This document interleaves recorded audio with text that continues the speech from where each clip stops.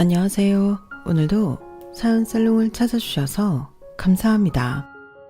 저는 올해 감사하게도 유방암 완치 판정을 받고 현재 아이들이랑 행복한 제2의 인생을 살고 있는 50대 돌싱 여성입니다. 제가 암이라는 병에 걸려 고생을 해보니 건강의 중요성을 새삼 깨달았어요. 흔히들 건강을 잃으면 전부를 잃는 거라고 하는데 그 말이 꼭 맞는 말이더라고요. 저는 유방암 3기였어요.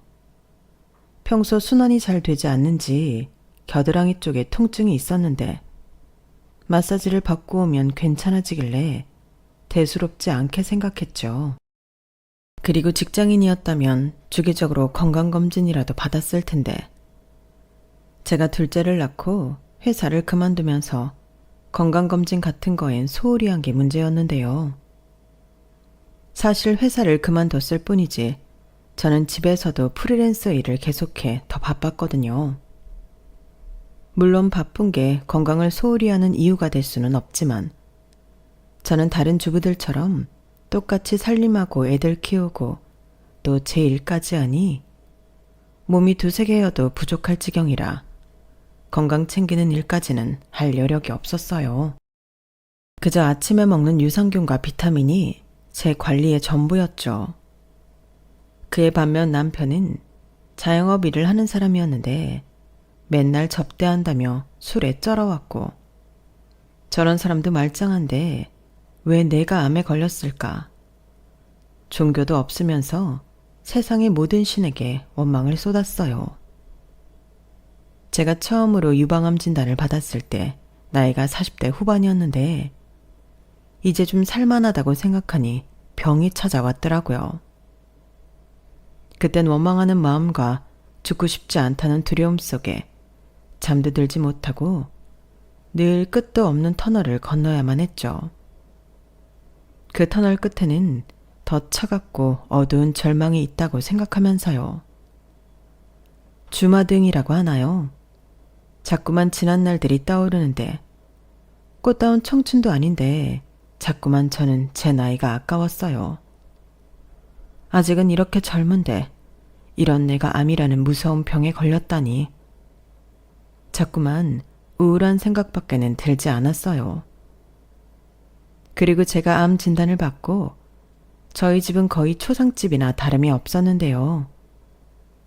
큰딸이 그 큰 눈에 눈물이 그렁그렁해서는 제가 잘못될까 걱정해 울었고 아들놈도 겉으로는 잘 표현하지 않았지만 예전과 다르게 게임도 하지 않고 친구들도 만나지 않는 모습을 보며 저희 집은 그렇게 생기라는 걸 잃어갔어요. 그에 반면 남편은 처음엔 많이 당황하는 것 같더니 유방암 그까짓 거 가슴 제거 수술하면 되는 거 아니야? 라며 무식한 말을 했고 아픈 마누라까지 병원비까지 책임져야 한다며 미운 말만 골라 했는데 저런 걸 남편이라고 18년을 살았나? 속에서 천불이 올라왔어요. 하지만 사람이 아프니 화낼 기운조차 없었는데 일단은 암 진단을 받고 가장 빠른 스케줄로 수술을 받았죠. 그때 의사 선생님이 그러셨어요. 이미 림프절까지 전이가 되어 있는 상태라 수술을 해도 재발할 가능성이 높고 체력을 회복하는 대로 항암 치료도 들어가자고 했는데요. 솔직히 제 귀에는 어떤 말도 들리지 않더군요. 40이 훌쩍 넘었는데도 처음 받는 수술은 공포 그 자체였어요. 그리고 그날은 지방에 살고 있는 시어머니도 올라오셨는데요. 제가 걱정이 돼서 올라오셨다기보다 제가 수술 받은 뒤에도 병원에 있어야 해서 남편과 아이들을 챙겨주겠다고 올라오셨어요. 물론 자발적인 건 아니었고 남편이 얘기해서 전날 기차를 타고 올라오셨는데 저희 집에 와서 아픈 저를 보시고는 너는 나보다 젊은 게 네 몸 하나 못 챙기냐? 이 많은 식구들은 어쩌라고? 라며 볼멘 소리를 하시는데 정말 시어머니가 미웠어요. 저희 시어머니에 대해 짧게 얘기하자면 시아버님과 일찍 사별하고 3남매를 홀로 키우셨는데 저희 남편이 유일한 아들이자 막내였어요. 게다가 그 시대에는 거의 없는 늦둥이었는데 그렇게 아들과 딸을 차별하며 키우셨다고 하더라고요. 그리고 신우들이 정말 친정이라고 오는 꼴을 못 봤는데요. 형님 두 분은 결혼해서 일본과 제주도에 사시고 한형님은 서울에 살고 있는 것 같지만 자기 엄마 생신이다, 어버이날이다, 심지어 명절에도 오는 법이 없었어요. 저도 제 결혼식 때 딱 한 번 봤는데 그것도 남편이 사정사정해서 겨우 참석했다고 하더라고요. 사진 찍는데 누나들이랑 매형이 있어야 가족 사진 찍을 때 비교가 되지 않는다며 부탁했다고 했어요. 그래서인지 결혼식 앨범을 보면 누나들이 하나같이 시큰둥한 얼굴인데요. 저희 남편과 시어머니만 입이 찢어지게 웃고 있어서 그 사진이 더 이상해 보였어요. 하지만 사랑에 눈이 멀었던 건지 저는 그런 것도 모르고 좋다고 남편이랑 결혼했는데 솔직히 시댁이 지방이라 멀어서 자주 갈 일이 없을 거라고 생각했거든요. 그러니 시댁 갈 일도 별로 없고 먼 거리를 뚫고 시어머니가 자주 올 일도 없을 거라고 생각했는데 그것도 아니었어요. 여기저기 아픈 곳도 많고 혼자 살고 계셔서 챙겨야 할 게 한두 가지가 아니었죠. 또 혼자 사시면서 손은 왜 그렇게 끝인지 김장할 때도 배추 100포기를 뽑아놓고 저더러 와서 하라고 하는데 죽는 줄 알았어요. 그때는 직장도 다니고 있을 때인데도 시어머니는 김장이 제 회사보다도 더 중요한 거라고 역정을 내셨죠. 그렇게 담근 김치는 가만 보면 여기저기 퍼주기 바빴는데 혼자 계셔서 그런지 저희 어머니는 거의 노인정에서 살다시피 하시는 분이셨어요. 그리고 거기서 늘 아들 자랑, 며느리 자랑, 손주, 손녀 자랑하는 게 유일한 낙이셨는데 그땐 싫지만 그래도 시어머니라고 합가하는 것보다는 1000만 번 낫다는 생각으로 서울과 지방을 왔다 갔다 했네요. 너무 거리가 먼 지방이다 보니 명절에는 내려가면서 벌써 지쳤는데 남편은 자기 고향 간다고 피곤한 줄도 모르더라고요. 그리고 명절 연휴 내내 집에는 오지 않고 여기저기 불려다니며 또 술만 퍼마셨는데 시어머니는 오랜만에 내려왔으니 어쩔 수 없지. 넌 괜히 네 남편한테 전화질 하지 말고 손이나 빨리 움직여라. 라며 당신 아들 편만 그렇게 드셨어요. 아마 여기까지 얘기하면 제 또래의 여자분은 분명 공감하셨을 텐데요. 네, 저도 저희 시어머니가 유별나다는 생각은 하지 않고 다른 집 시어머니랑 크게 다르지 않다고 생각했어요. 그래서 고부 갈등을 겪는 것보다는 시어머니 살아계시는 동안은 봉사하자는 마음으로 어지간한 일은 제 손으로 했는데요. 제사, 명절, 어버이날, 생신, 그 밖에 여름 휴가나 유독 긴 연휴에는 홀로 계신 시어머니 때문에 제대로 쉬어본 적이 없어요. 심지어 제가 회사를 그만두고 프리랜서를 할 때는 제가 노는 줄 알고 걸핏하면 전화해서 이것저것 쓸데없는 참견을 하셨는데 그렇게 프라이팬에 달궈지는 깨처럼 달달달 볶이다 얻게 된 게 병인 거죠. 그렇게 생각한 저는 시어머니가 미치도록 미웠어요. 그리고 저에게 대리 효도를 시킨 남편 놈도 죽이고 싶을 정도로 싫었는데요. 그래도 새끼들 때문에 이혼 생각은 못하고 살았죠. 게다가 몸까지 아프니 꼴의 남편이라고 심적으로 의지하고 싶었는데요. 원래 무언가 기대하고 바라면 실망이 크다고 저는 제가 아프면서 남편 놈의 더러운 밑바닥에 오만정이 뚝 떨어졌어요. 남편이 남의 편이라고 하던데 그 말이 맞더라고요. 남편은 제가 걸린 유방암은 암 축에도 끼지 못한다면서 저에게 유난 떨지 말라고 하는 그런 인간이었거든요. 지금 생각하면 모자가 아주 인성까지도 똑 닮았는데 저는 아픈 게 죄가 아닌데 시어머니에게 죄송하다고 했어요. 왜 입에서 그런 말이 튀어나왔는지 모르겠는데 저 대신 저희 애들을 챙겨주셔야 하니 누가 시키지 않았는데도 그런 말이 튀어나오더라고요. 솔직히 그때 당시 아이들이 고등학생, 중학생이라 할머니 없어도 끼니 정도는 챙겨 먹을 수 있는데 정작 어른인 남편이 자기 불편하다고 연세도 많은 자기 엄마를 불러 일을 시키는 거였죠. 그러니 죄송하다고 말할 사람은 제가 아니라 남편이었는데 남편은 그저 자기 엄마 밥 먹을 생각에 신이 나 있었어요. 거꾸로 애들은 불편하다고 입이 대빨 나와 있었고요. 그러니 수술을 받으러 가는 저도 마음이 좋지 않았는데요. 그때 저는 그저 아픈 것도 죄다 하는 마음으로 입원 준비를 했죠. 그리고 무사히 수술을 마치고 한 달 뒤 집에 가게 되었는데요. 제 집이 제 집이 아니더군요. 시어머님이 한 달 동안 당신 편하게 쓰신다고 여기저기 위치를 바꿔놓으셨는데 오히려 제가 돌아와 어디에 뭐가 있는지 모르게 되었어요. 보통 아무리 아들집이라도 며느리 살림에 손을 대는 시어머니는 없을 텐데 저희 시어머니는 그러셨더라고요. 그에 반면 화장실이나 냉장고 청소 같은 것도 하나도 되어 있지 않았는데 자기는 나이가 많아서 그런 건 힘들어서 못했다고 하시더라고요. 그렇게 시어머니는 당당하게 집안일 해줬으니 그 돈은 받아서 가셔야겠다며 200만 원을 달라고 하셨고 그 돈을 받고 집으로 돌아가셨는데요. 다른 시어머니는 병원비에 보태라고 돈을 주시고 가신다고 했는데 저희 시어머니는 그저 당신 아들 밥 해먹이고 당신 아들 옷 갈아입힌 돈을 야무지게 챙겨서 가셨어요. 막말로 저희 애들은 점심은 급식 먹고 저녁도 할머니 밥 싫다고 분식점이나 햄버거 같은 걸로 때웠다고 했는데 애들 교복 셔츠도 안 빨아주셔서 저희 딸이 지 동생 것까지 빨아서 같이 입었다고 하더라고요. 그 말을 듣는데 어찌나 속이 상하든지 그날 남편하고도 싸웠어요.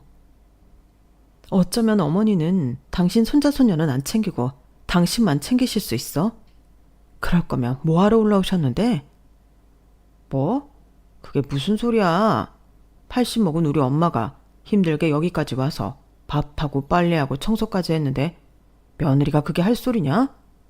그러니까 왜 하실 거면 같이 하시지 당신 밥이랑 빨래만 하셨냐고. 미나가 도와 교복까지 빨아서 입혔다고 하더라. 그럴 거면 그냥 지방 집에 편하게 계시라고 하지. 지금 말 다 했어? 감사하다고 엎드려 절이라도 해야 할 판에. 그러게 누가 아프래? 당신 하나 아프는 바람에 이 난리가 난 거잖아. 애들은 애들대로 심란해서 밖으로 돌지. 나는 나대로 마음 불편하니까 일도 안 되지. 뭐? 지금 그게 아픈 사람한테 할 소리야? 나도 속상해서 그래. 그러게 건강관리 좀 잘하지 그랬어? 남편은 저걸 걱정이라고 하는 소리인지 아니면 제 탓을 하고 싶은 건지 자기가 더 당당했어요. 그리고 저는 저런 걸 남편이라고 생각하며 10년 넘게 살았다는 것에 마음이 무너졌는데요. 이건 서운하다는 표현으로는 설명할 수 없는 절망이었어요. 그래도 한때는 참 사랑했던 남자였는데 내가 이렇게 사람 보는 눈이 없었나 자괴감마저 들더라고요. 그래서인지 저는 퇴원하고 계속 몸이 아팠어요. 병원에서는 정신적으로나 육체적으로나 무리하지 말라고 했는데 저는 집에 온 첫날부터 몸과 마음을 무리했거든요. 그나마 다행인 점은 아이들이 있다는 거였어요. 제가 퇴원하니 애들 아빠 말로 밖으로 돌던 아이들은 학교와 학원 끝나면 집으로 곧장 오고 제가 집에 있어 너무 좋다며 눈물까지 글썽였는데 애들이 엄마가 아프니까 한 달 사이에 철이 많이 들었어요. 엄마 힘들까봐 집안일도 도우려고 하고 전에는 심부름 한번 시키면 그렇게 투덜거리더니 이젠 알아서 심부름 시킬 거 없냐고 하는데 고마우면서도 미안하더라고요. 전에는 빨리 철 좀 들었으면 했는데 아이들이 제가 없는 사이에 훌쩍 철이 든 모습이 속상했어요. 그래서 더 아프지 말아야겠다는 생각을 하게 됐고 최대한 병원에서 알려준 대로 지내려고 노력했는데 그게 누가 옆에서 챙겨주고 도와주는 사람이 없다 보니 힘들더라고요. 그래도 또다시 수술은 하고 싶지 않았기에 더 이를 악물고 버텼네요. 그러다 남은 암세포 때문에 항암 치료를 하게 됐어요. 3일 정도 입원해서 첫 항암을 하고 나중엔 통원을 하며 받기로 했는데 일단 3일이니 남편에게 괜히 힘드시게 시어머니 부르지 말라고 미리 말해두었죠. 그래서 제가 냉장고에 먹을 거 해서 채워놓고 필요한 것들은 전부 챙겨놓고 입원했는데 솔직히 그때가 병원에 있으면서도 마음이 편했어요. 하지만 역시나 항암 치료는 쉬운 일이 아니었는데 부작용인지 아니면 원래 그런 건지 몸이 너무 힘들더라고요. 잘 먹어야 항암도 잘한다고 했는데 음식을 소화할 수 없었어요. 그러니 더 힘들었고 어느새 저는 8kg이나 빠져버렸는데요. 전에는 다이어트 한다고 별짓을 해도 안 빠지는 살들이 하루가 다르게 빠져서 겁이 날 지경이었죠. 그렇게 첫 항암을 마치고 이후 항암은 통원으로 진행했는데 그해 첫 명절이 되었어요. 당연히 저는 시댁에 갈 수는 없었죠. 차례 준비는 둘째치고 이동하는 것조차 엄두가 나지 않았는데요. 하지만 남편은 제가 좋은 핑계가 생겼다며 불만이 가득했고 저는 그럼 당신만 다녀와. 명절 전날 내려가서 마지막 날에 올라오면 되겠네. 우리 친정은 안 가도 되니까. 라고 말했는데요. 자기는 마누라 없이는 절대 고향에 가지 않겠다며 똥꼬집을 부렸어요. 내가 왜 멀쩡한 마누라 두고 호라비처럼 집에를 혼자 가. 됐고 엄마한테 연락해서 올라오시라고 할까봐. 그럼 자기도 편하잖아. 뭐? 지금 나더러 명절 연휴를 내 집에서 시어머니랑 보내라고? 나 지금 음식도 제대로 못 먹어서 음식 냄새만 맡아도 속이 뒤집어지는데 지금 그게 할 소리야? 그럼 명절 내내 나랑 애들은 굶냐? 자기는 방에 가 있어. 막말로 우리 엄마가 오면 자기도 챙겨 주시겠지. 이건 뭐 감사하다고 절이라도 해야 할 판에. 자기는 그렇게 심보가 고약해서 그런 병에 걸린 거야. 지금 말 다 했어? 내 심보가 어떻다고. 그동안 내가 그 먼 자기 집까지 다니면서 제사다 김장이다 안 한 게 없는데 사람이 어떻게 그러냐. 나도 내가 이렇게 아픈 거 자기랑 자기 집 때문이라고 생각해. 사람을 좀 부려먹었어야지. 뭐야, 그럼 당신 암에 걸린 게 우리 탓이라는 거야? 그래. 저는 남편의 말에 발끈해서 속에 있는 말을 참지 않고 다 쏟았어요. 니네들 때문에 내가 아픈 거고 시어머니 부르고 싶으면 네가 나가서 호텔에 모시든 하라고 소리를 질렀는데요. 그때 남편이 소리 지르는 것만 봐서는 제가 꾀병 같답니다. 그 말까지 듣는데 기운이 있었다면 뭐라도 던졌을 거예요. 그만큼 너무 열받았는데 다행히 차표를 구하지 못한 시어머니는 아픈 며느리 있는 집에 가서 고생하기 싫다며 상경을 포기하셨죠. 그 바람에 남편은 지 좋아하는 동태전도 못 먹는다며 입이 대빨 나왔는데 친정 부모님이 음식 못하는 딸을 대신해서 이것저것 만들어와 그의 명절은 그렇게 지나갔어요.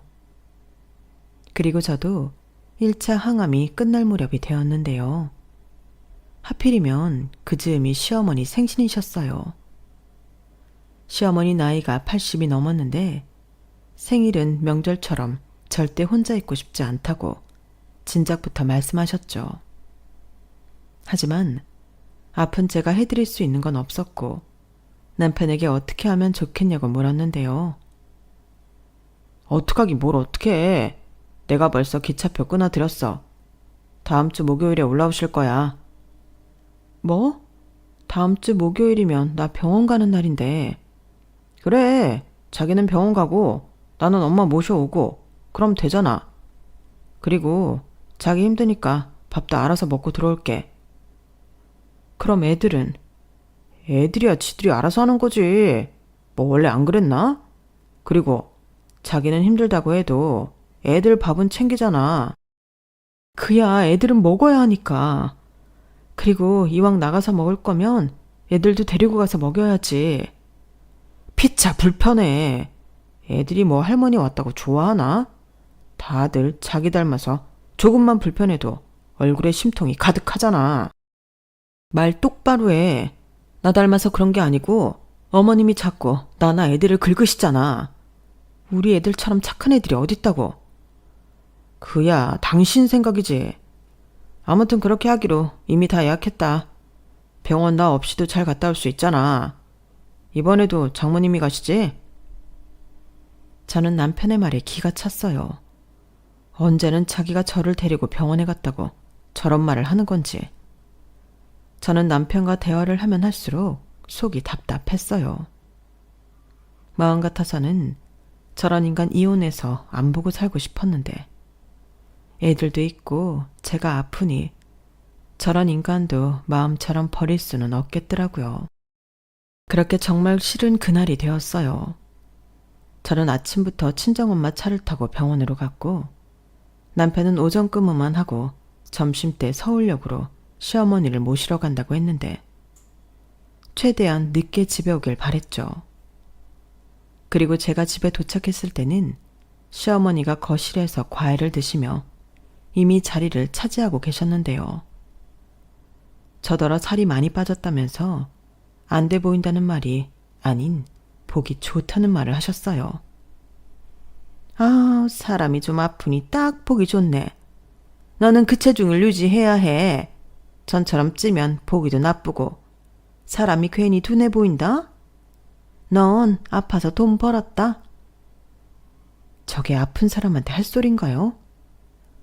저는 화낼 힘조차 없어서 그냥 안방으로 들어가 누웠어요. 친정엄마가 집에 와서 시어머니에게 인사하고 간다는 걸 제가 고집부려 보냈는데 너무 잘했다는 생각이 절로 들었죠. 그리고 한숨 자고 일어나니 밖에서는 무슨 파티라도 열린 듯 시끌시끌했는데요. 저희 시어머니가 귀도 잘 안 들리셔서 늘 TV 볼륨을 크게 해놓으시거든요. 거기에 남편이랑 이야기를 해야 하니 당신 목소리도 엄청 크게 하시는데 사람이 싫으면 다 싫다고 깔깔거리는 시어머니 웃음소리도 소름 끼치게 싫었어요. 결국은 아랫집과 윗집에서 시끄럽다며 관리실통에 민원이 들어왔는데 남편은 별것도 아닌 일로 이웃끼리 일어나며 오히려 큰 소리를 내더군요. 어찌나 창피한지. 저는 그때 결심했어요. 내가 완치 판정 받으면 제일 먼저 저 인간하고 갈라서겠다고요.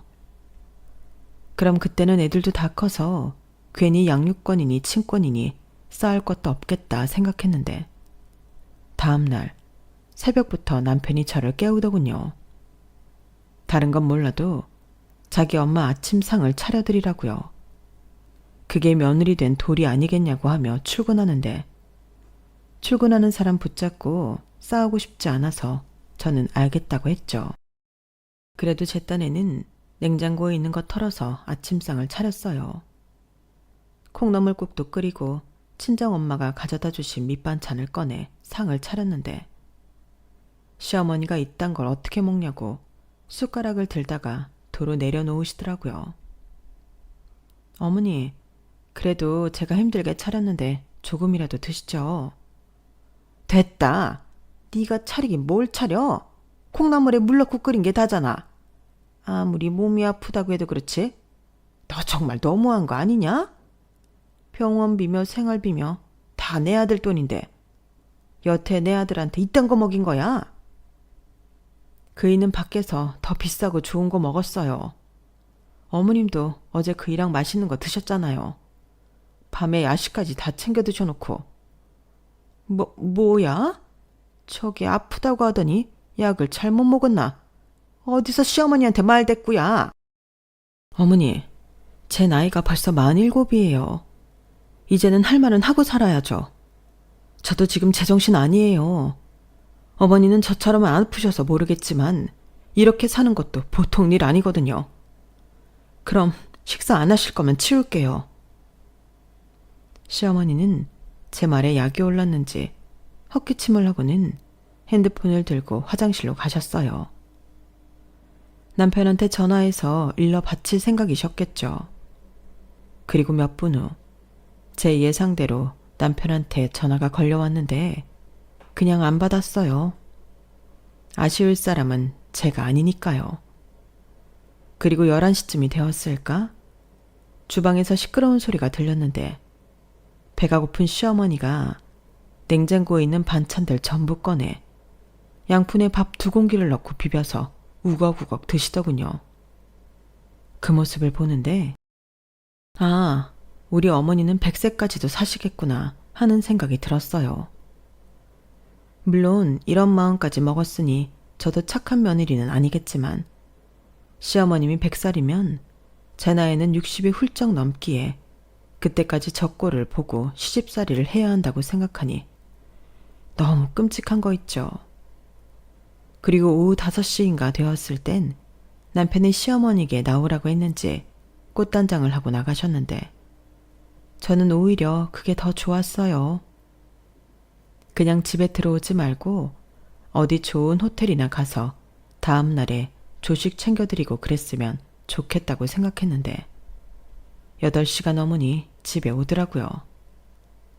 그런데 남편 손에 이것저것 참 많이도 들려 있었는데요.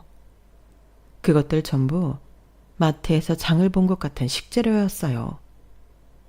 그리고 남편이 저를 보고 그러더라고요. 내일이 우리 엄마 생신이잖아. 내일만큼은 자기가 미역국이랑 생일상 좀 차려. 갈비도 좀 하고 잡채도 하고. 아, 동태전이랑 우리 엄마 좋아하는 육전도 해. 여기 내가 장도 다 봐왔어. 자기는 그냥 음식만 하면 돼. 이야, 너는 진짜 좋겠다. 내 아들이지만 어쩜 저렇게 가정적이고 자상할까? 너, 내 아들한테 평생 잘하고 살아야 한다. 지금 제정신이야?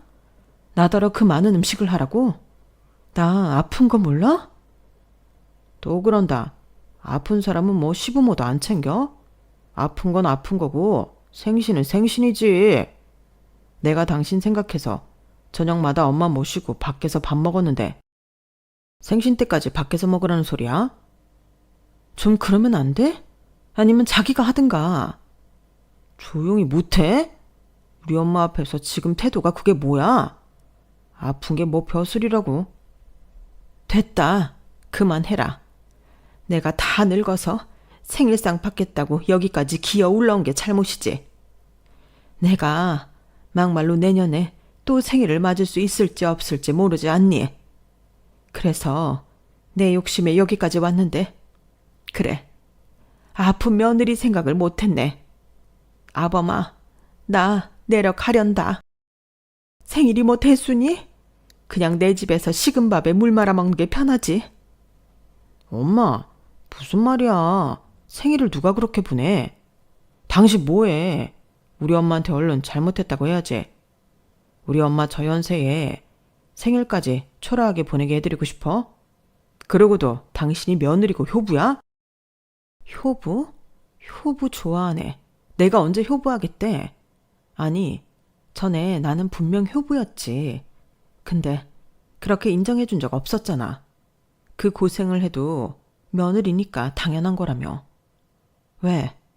내가 별말 없이 그것들 다 하니까 내가 만만해 보였어?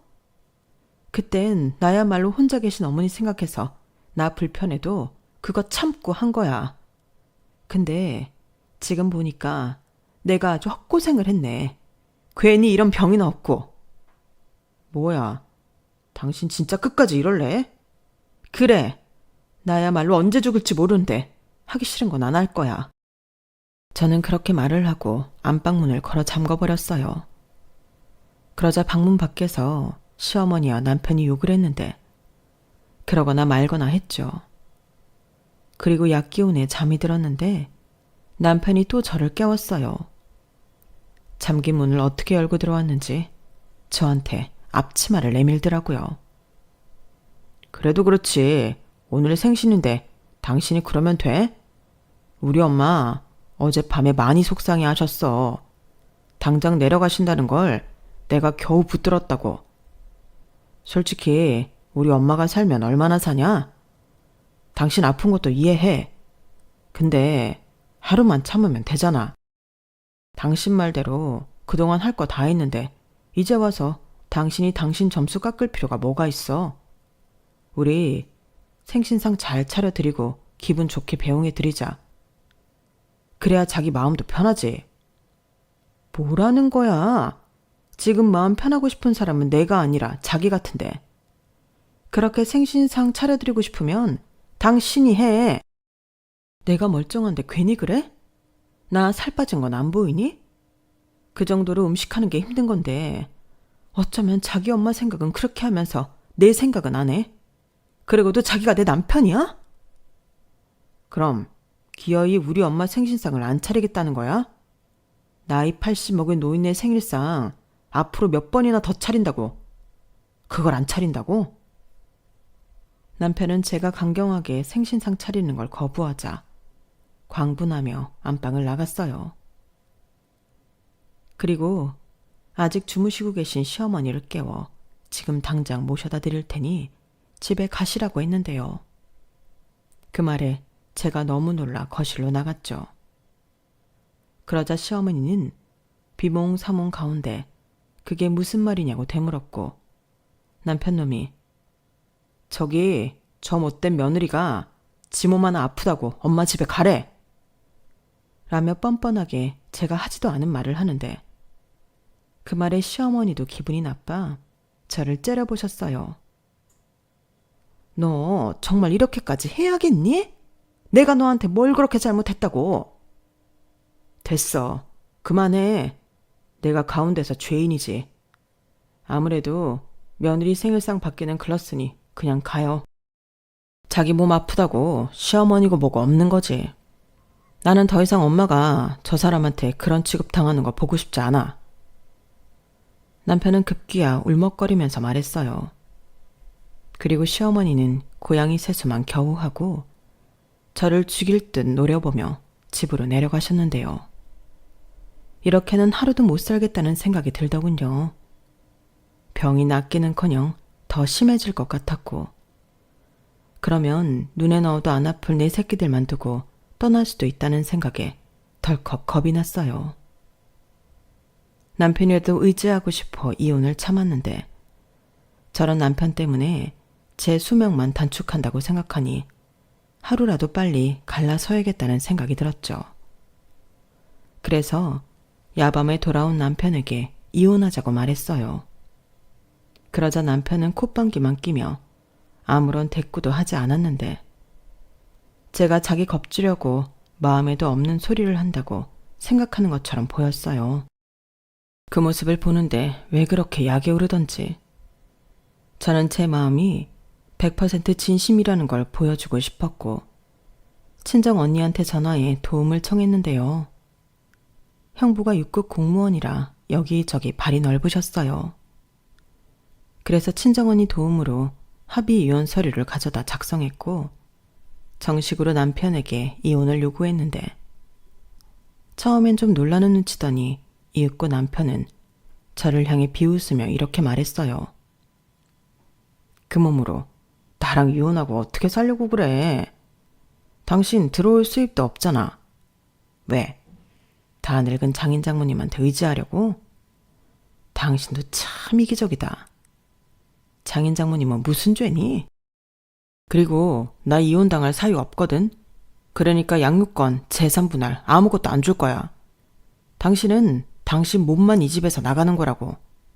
그래도 좋으면 이혼해 줄게. 진짜 뻔뻔하다. 이혼당할 사유가 없어? 왜? 도박하고 바람 피우고 그런 거 아니면 이혼당하지 않는다는 법이라도 있니? 그리고 이 아파트 살 때 내 돈만 1억 가까이 들어갔어. 그리고 대출금도 나 수술 받기 전까지 같이 냈고.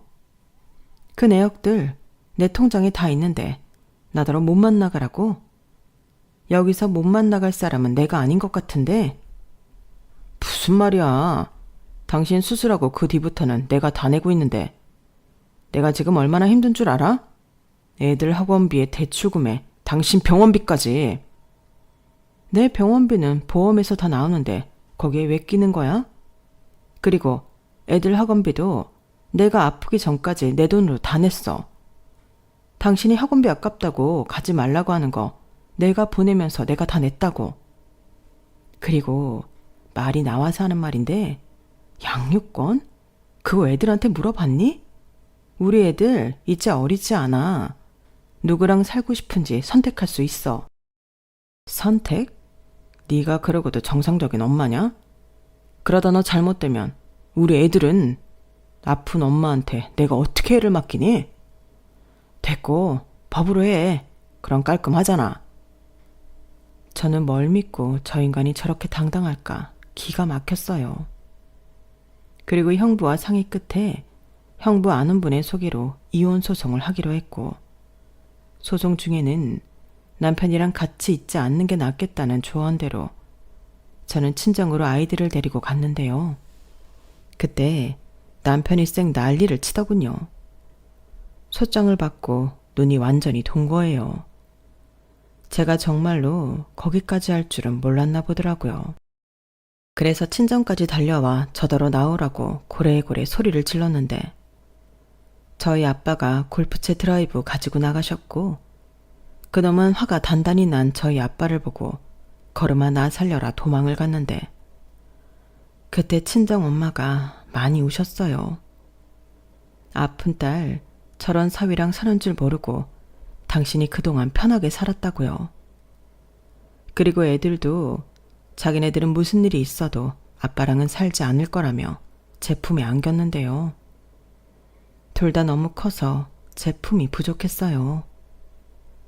그 후 저는 정말 살기 위해 마음을 독하게 먹었죠. 이혼하고 애들 키우며 시어머니보다 더 오래 살겠다고 다짐을 하니 시도 때도 없이 찾아오는 고통도 이길 수 있었어요. 그리고 제 이혼 소송을 맡아준 변호사님을 통해 살고 있는 아파트며 양육비 또 위자료까지 전부 다 청구할 수 있다는 희소식은 듣게 되었는데요. 원래 이혼 앞에서 아름다운 이별은 없다고 그동안 참았던 걸 전부 보상받고 싶더라고요. 그렇게 저는 이혼 소송과 추가 항암 치료까지 하며 근 1년 남짓한 시간을 보냈고 드디어 승소하게 되었어요. 사실 남편이 항소만 하지 않았으면 금방 끝날 소송이었는데 그놈이 억울하다고 계속 항소를 하는 바람에 시간이 많이 걸렸죠. 하지만 나중엔 판사님이 괘씸하다고 저희가 청구한 위자료를 다해 거주 중인 아파트를 저에게 넘기라는 명령이 떨어졌고 그에 따라 남편이 절대 못 준다고 했던 그 아파트는 온전히 제 것이 되었는데요.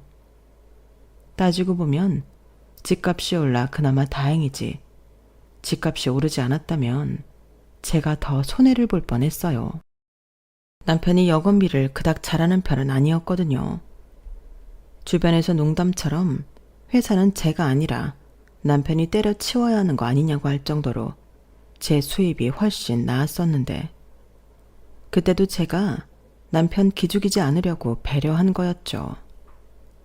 그래서 제 돈이 더 많이 기타 생활비로 들어갔고 또 프리랜서로 일하면서도 제가 더 벌었으면 벌었지 남편보다 덜 벌진 않았어요. 그리고 홀로서기를 결심한 뒤로는 걱정했던 것과 거꾸로 제 건강이 많이 좋아졌는데요. 물론 추가 항암의 효과일 수는 있겠지만 저는 예전보다 몸도 마음도 편하게 되었어요. 거기에 아이들도 심리적으로 안정이 되어 그런가 떨어졌던 성적도 다시 올랐고 저는 친정 식구들의 도움을 받으며 나중엔 집에서 조금씩 일도 할 수 있게 되었죠. 아무래도 혼자 아이들을 책임져야 하다 보니 벌긴 벌어야겠더라고요.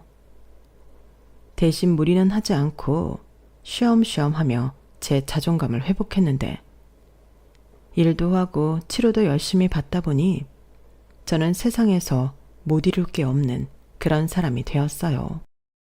반면 저한테 다 뺏기고 이혼당한 남편은 오갈 곳이 없어 여기저기 신세를 지다 결국 80대 노모인 시어머니 집에 가서 얹혀 사는 것 같았는데 보아하니 실적 미달로 회사에서도 잘린 것 같더군요.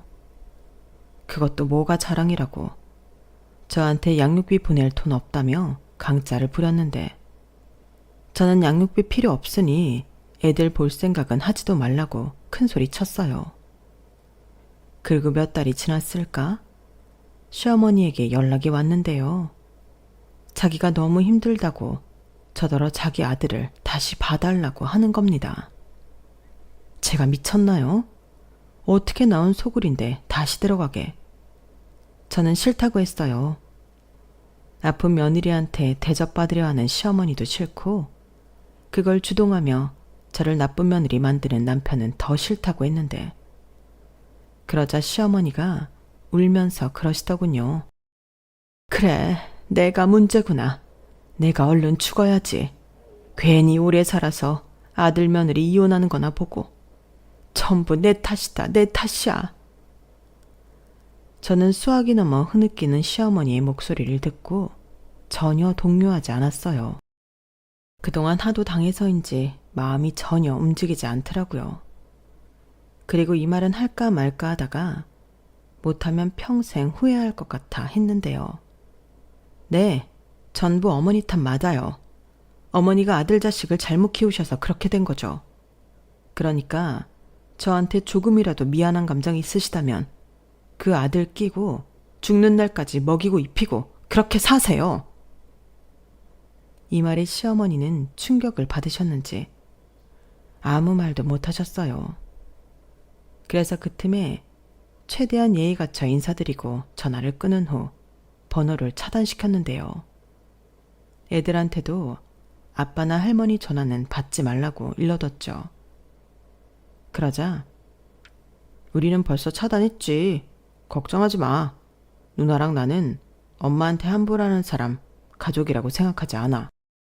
라고 아들이 먼저 그러는데 애들도 오죽하면 저런 말을 할까. 엄마로서 씁쓸했어요. 좋은 가정 속에서 잘 키우고 싶었는데 괜히 미안하더라고요. 그러자 이젠 다 큰 딸이 엄마는 엄마 몸만 생각해. 우리를 생각해서라도 오래 살아야지. 나는 엄마가 세상에서 제일 좋단 말이야. 라고 해줬는데 저는 지금도 그 말을 기억하며 어느 하나도 소홀히 하지 않으려 애를 써요. 지금은 그 문제의 아파트 팔아버리고 친정 언니네 근처로 이사와 살고 있는데 딸은 어느덧 커서 대학생이 되어 취업 준비를 하고 있고 아들은 며칠 뒤면 군 제대를 합니다. 둘 다 저보다 키도 크고 이젠 바라만 보고 있어도 그렇게 든든할 수가 없는데요. 기쁘게도 완치 판정까지 받아 저는 이제 하늘을 날 것만 같아요. 암이라는 병을 이겨내니 새삼 제 손으로 못할 일이 없겠다는 자신감이 들거든요. 비록 50대 아줌마가 되어 갖게 된 자신감이지만 20대 딸 못지않게 제 안에는 열정이 가득합니다. 이젠 운동도 취미가 되었고 다시 직장도 다니고 여유가 생기면 공연을 보거나 여행도 다니며 이제야 행복다운 행복을 누리며 사는데요. 그동안은 미련하게도 단란한 가족으로 사는 게 행복이라고 생각했어요. 저는 저대로 제 역할을 다 하고 남편도 남편대로 열심히 살아 아이들이 크면 서로 수고했다 고마웠다 하며 여유로운 노후를 보내는 것, 그것이 행복이자 보람이라고 생각했는데 살아보니 그거야말로 정말 어려운 일이더군요. 때론 희생하며 살았던 제 젊은 날이 억울하기도 한데 그래서 더 신나게 또 행복하게 살려고 노력해요. 혼자서도, 아니, 남편 없이도 우리끼리 잘 먹고 잘 살 수 있다는 것. 그 자체가 매일매일 행복이자 남편에 대한 복수였죠. 복수라는 표현이 좀 거칠게 느껴지는데 저는 그렇게 생각해요. 제가 잘 사는 것이 그 인간들한테 최고의 복수를 하는 거라고요. 그리고 어렵게 되찾은 제 건강과 행복을 매일매일 소중하게 여기며 누리고 싶은 마음인데요. 아팠던 기억을 걸음삼아 건강하고 행복한 백발 노인이 되는 게 현재로서는 목표이자 꿈입니다. 아픈 사람이 제일 많이 하는 말이 있어요. 평범하게 예전처럼 사는 것. 그게 행복인지 몰랐다는 건데요. 저 역시 그랬던 것 같아요. 그래서 누군가가 삶의 의미를 깨닫고 더 늦기 전에 지금의 행복에 감사하며 살라고 기회를 주시려 암이라는 돌덩이를 저한테 던져주신 게 아닐까 그런 생각을 하는데요. 제 사연을 들어주신 여러분들은 그런 계기 없이도 지금 살고 있는 평범한 일상의 소중함을 절대 잊지 않으셨으면 좋겠습니다. 얼마 전에 딸이 저에게 해준 말이 있어요. 저는 그 말을 듣고 가슴이 뭉클했는데 그 말을 제 마지막 인사로 대신하려 합니다. 이제는 과거라 히스토리고 내일은 아무도 모르는 미스테리지만 오늘인 현재는 선물이다. 여러분들도 선물인 오늘을 늘 소중히 생각하셨으면 좋겠습니다. 저 역시 매일 아침 새로운 선물을 받는다고 생각하고 최선을 살아갈게요. 그럼 지금까지 제 사연 들어주셔서 대단히 감사드리고요. 늘 건강하시고 행복하시길 진심으로 바라겠습니다. 고맙습니다. 여러분, 사연 댓글에 응원과 현명한 조언 부탁드려요. 좋아요와 구독은 저에게 큰 힘이 됩니다. 오늘도 좋은 일 가득하세요.